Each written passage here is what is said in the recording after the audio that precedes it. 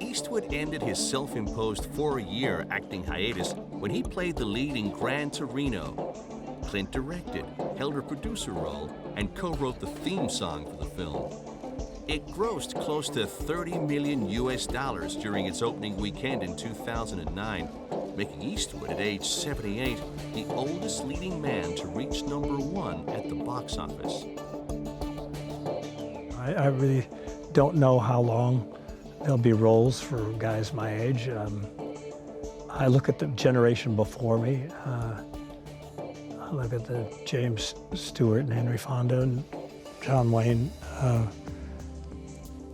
Cagney, Bogart. Everybody seemed to retire at a certain age. They either retired or they just got tired of doing it, or they felt that the roles ran out. For me, they haven't run out. Clint plays the role of a disgruntled Korean War vet, Walt Kowalski. Walt sets out to reform his neighbor, a young Hmong teenager who tried to steal his prized possession, a 1972 Gran Torino. The question was asked if Eastwood drew from his character in Dirty Harry for the role of Walt. I really approached it from the scratch. I didn't think of Dirty Harry at that time. I looked at Dirty Harry recently when we were making DVD corrections and new things, and I looked at it, and I must say I thought it was fun to watch and fun period in my life, but I feel that Walt is a much different person in a lot of ways, you know. Walt Kowalski's a guy that I knew a lot when I grew up. I knew a lot of guys because I was raised in the 40s and at 30s and 40s, but I'd say my teenage years were in the 40s. And I knew a lot of guys that talked like that and acted like that. In the neighborhoods, everybody talked like that. The world was a little friendlier place in a way. Now he's pretty lonely in life, and he ends up, as prejudiced as he ends up being befriended and befriending a group of people who are very little is known about him in this country, and that's the Hmong culture and Asian people, and I think they became more family to him. Clint brought his family to the production as well. His son Scott played the part of Trey, and his oldest son Kyle provided the score for the film. Not surprisingly, the cast could not speak highly enough of Eastwood's direction.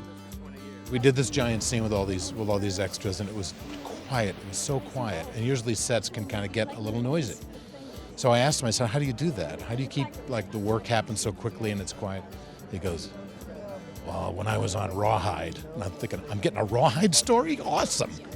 When I was on Rawhide, certain habits I picked up over the years, and certain others I've discarded.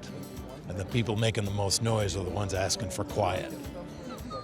I said, you're right, because everyone's got the megaphones and the walkie-talkie and the squawking, and you know. I see Clint at the gym. He works out every day, and we had passed at this real nice gym, and I go, Clint, you want your fitness age? And he goes, what's that? You know, it's one of those things. You pay $300 and they'll tell you what fitness age you are. I go, I'll do yours for $50. You're 37. He goes, I just go by how I feel. How old do you feel? I feel like I'm 100. So that's Clint. John Carroll reflected on Eastwood's ability to play the tough guy with a heart.